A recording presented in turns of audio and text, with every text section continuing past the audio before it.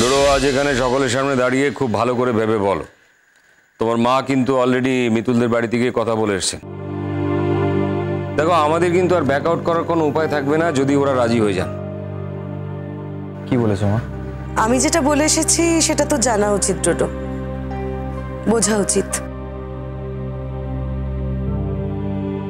আমি এটাই বলে এসেছি ওদের যে মিতুলকে আমি আমার বাড়ির পুত্রবধূ করতে চাই।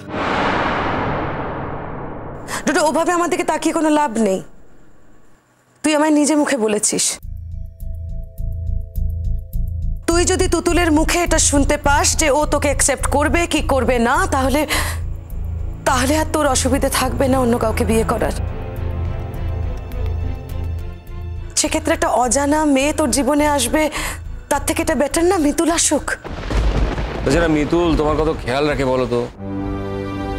সেদিন তুমি ওকে যখন অত অপমান করলে, এরপরেও যখন ওর বাড়িতে গিয়ে তুমি ডেকেছো, কিন্তু তোমার সঙ্গে যেতে দ্বিধা করে।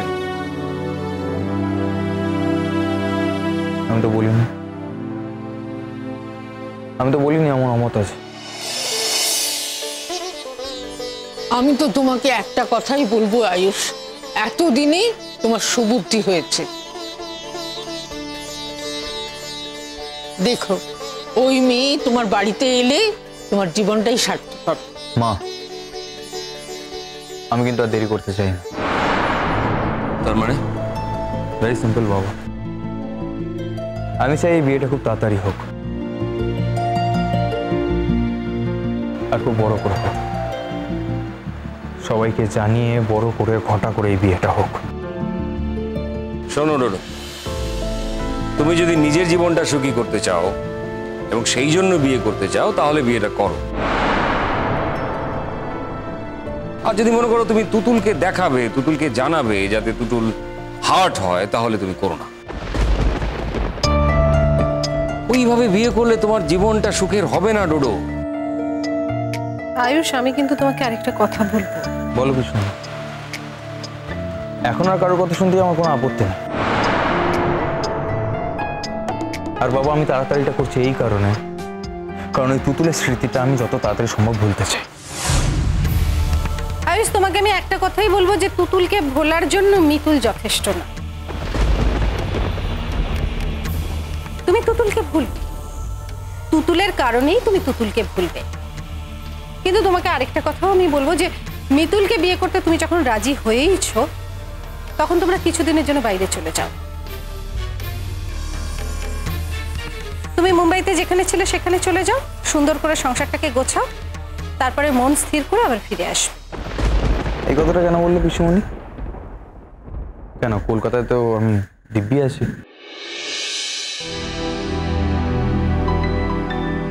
বাড়িতে সবার সঙ্গে থাকতে পারছি, এটা তো আমার জন্য যথেষ্ট কমফোর্টেবল। হ্যাঁ, বলতে পারো কলকাতায় এখন আমার কাজ নেই ঠিকই,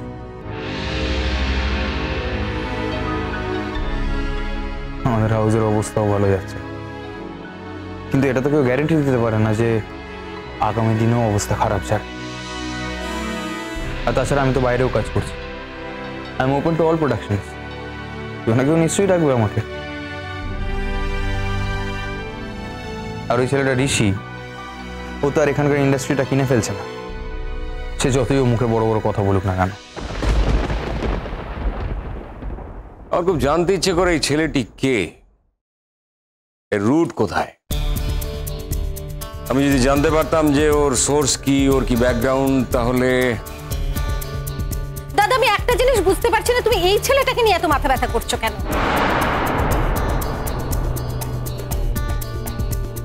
আরে ও একটা ভুঁইফোর ছেলে, দুদিনের জন্য টাকা পয়সা করেছে, গ্ল্যামার ওয়ার্ল্ডে ঢুকে পড়েছে। ও কি টিকতে এসেছে এখানে? ও বেশি দিন টিকবে না এখানে। হ্যাঁ, এত বড় বড় কথা বলছে তো সেই জন্য একটু কৌতূহল হয় আর কি। আসলে কি জানো তো, যারা সত্যি বড় বড় কাজ করে না তারা এত বড় বড় কথা বলে না।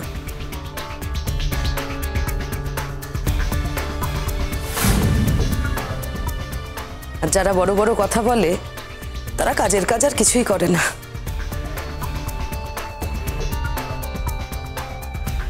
মা, আসতে পারি? কি ব্যাপার, তুমি কিছু বলতে চাও? হ্যাঁ, একটা কথা বলবো বলে এসেছি। একটা দারুণ খবর আছে আপনাদের জন্য।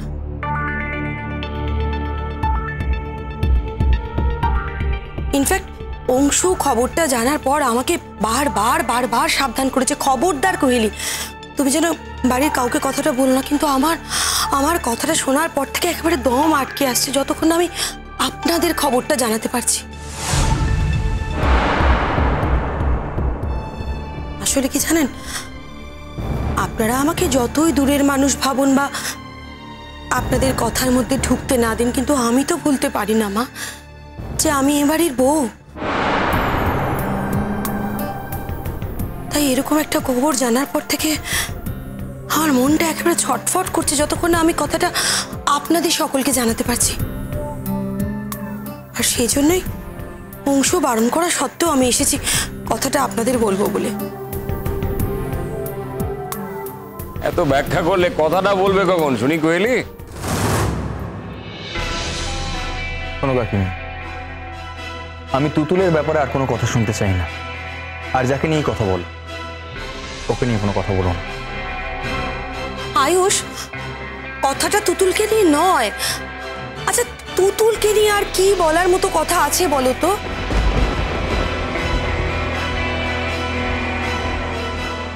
এত করলে তুমি মেয়েটার জন্য, কিন্তু তার কি প্রতিদানও দিল তুমি বলো? সত্যি এটা অদ্ভুত মেয়ে, মানে এত বেঈমান দেখেছি কিন্তু ওর মতো বেঈমান মেয়ে আমি দেখিনি।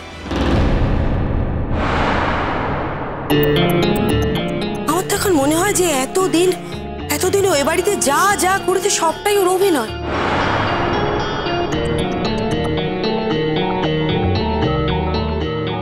না হলে ও তোমার মতো একটা ছেলেকে এরকম ভাবে ছুঁড়ে ফেলে দিয়ে যেতে পারতো বলো?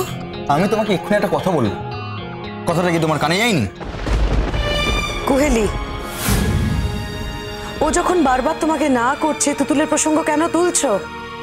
এইটুকু বুঝতে পারছো না আমরা কেউ এখানে তুতুলের কথা শুনতে রাজি নই? না জানি তো, জানি তোমরা এখন ওর দিদি মিতুলের কথা শুনতে চাও। আমি অবশ্য ওর দিদির কথা বলতেও আসি। আসল কাজের কথাটা বলো না কোহেলি। আমরা তো এখানে অন্য কথা বলছিলাম, কেন শুধু সময় নষ্ট করছো? এটা তোর কাজ মা, ও বরাবরই এটা করে এসেছে। এক্ষুনি বলছি মা, আমি জানি আপনারা এখন আয়ুষের বিয়ের দিন স্থির করছেন, তাই না জয়াদি? না আসলে তোমরা আমাকে কিছু না জানালেও আমি সবই জানি। খুব ভালো কথা, এবার কি কথাটা বলতে এসেছো প্লিজ বলবে? দাদা, কথাটা শুনলে আপনি বোধহয় খুব হার্ট হবেন, আর সেই কারণেই কথাটা বলতে গিয়েও বারবার আমার মুখে আটকাচ্ছে।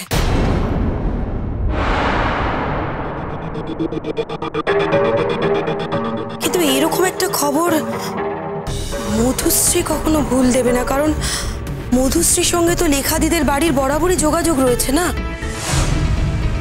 কি বলছো বলো তো তুমি? আমি তো কিছুই বুঝতে পারছি না। এখানে লেখা মধুশ্রী এই নামগুলো উঠছে কেন? শোনো, আমরা এখন বাইরের কাউকে নিয়ে আলোচনা করতে চাই না। কি করা যাবে দাদা, কি করা যাবে বলুন? আপনারা হয়তো বাইরের লোককে নিয়ে আলোচনা করতে চান না, কিন্তু সেই বাইরের লোকেরাই তো বারবার আমাদের বাড়ির মধ্যে ঢুকে আমাদের সংসারটাকে একেবারে তছনছ করে দিচ্ছে। তুমি এক্স্যাক্টলি কার কথা বলছো বলো তো কোহেলি? ঋষির কথা।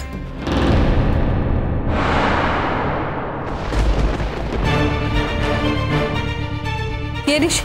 খাওয়া কোন ঋষি? মানে তোমরা তো এখন একজন ঋষিকে নিয়ে কথা বলছো।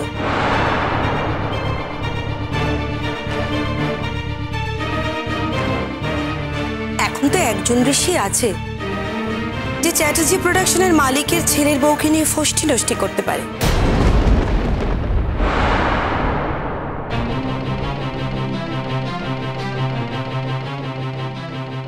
সেই ঋষির কথা শুনেও বলছো কোন ঋষি?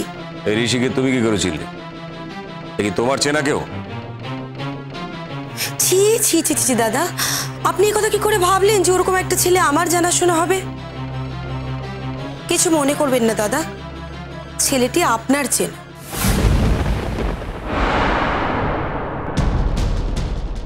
তোমার দাদার চেনা? এই ফিল্ম ইন্ডাস্ট্রির কেউ?